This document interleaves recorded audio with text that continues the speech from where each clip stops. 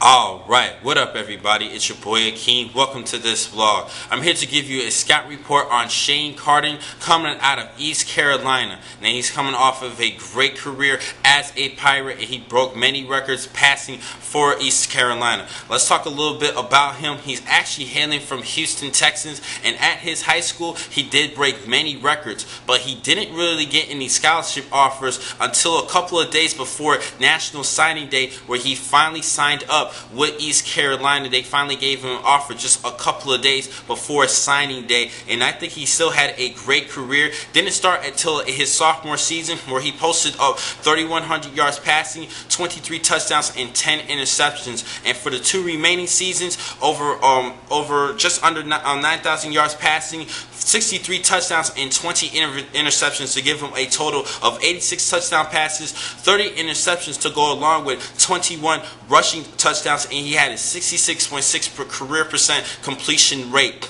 Now let's talk a little bit about his strengths and weaknesses. First, his strengths. I think he has a pretty good arm. He doesn't have the most elite arm, but he still has a pretty good arm strength in throwing the football. And I mentioned his completion rate at 66.6. That is pretty good at quarterback. And I do like his natural toughness. He's a really tough quarterback, and he has a high football intelligence. That is very key. If you have great intelligence, I'm not saying not like that Peyton Manning intelligence, but he still has great intelligence in throwing the football and understanding the players that he has around him and the field. That is what I do love most about a quarterback, and that can help you succeed in winning games. That is a great key about him.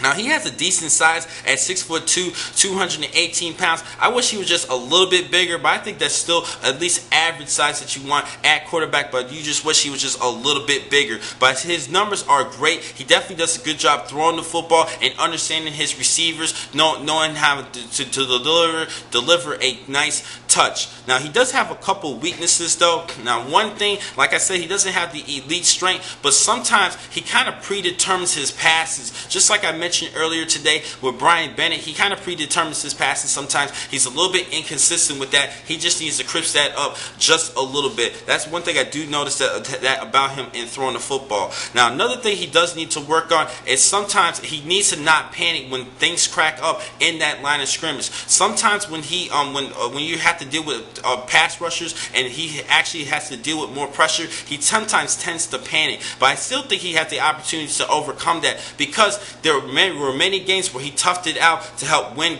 key close victories, especially this past season at Virginia Tech. They helped win the victory at the end of the game. That showed his toughness. And one last thing that I've noticed in his play, he actually plays terrible in colder weathers. His physical condition is not too well in colder weathers, and that is a major concern in the National Football League. You have to be able to play in all particular weathers, and he doesn't play too well in the cold. That is what kind of dropped his draft status entering this year's draft. But he is still one of my top 7 quarterbacks entering this year's draft, and I actually had to project him in the 6th or 7th round, a late round selection. I think he can become a good, decent backup quarterback with the potential to start, but he has to overcome those weather issues. That is the biggest concern about him that I don't like. It's just it's winter season. Most of the time when you play football, it's going to be in the cold. You have to play well in the cold. He needs to do a lot better job. Needs to get into better condition in cold weathers. Hopefully the right team can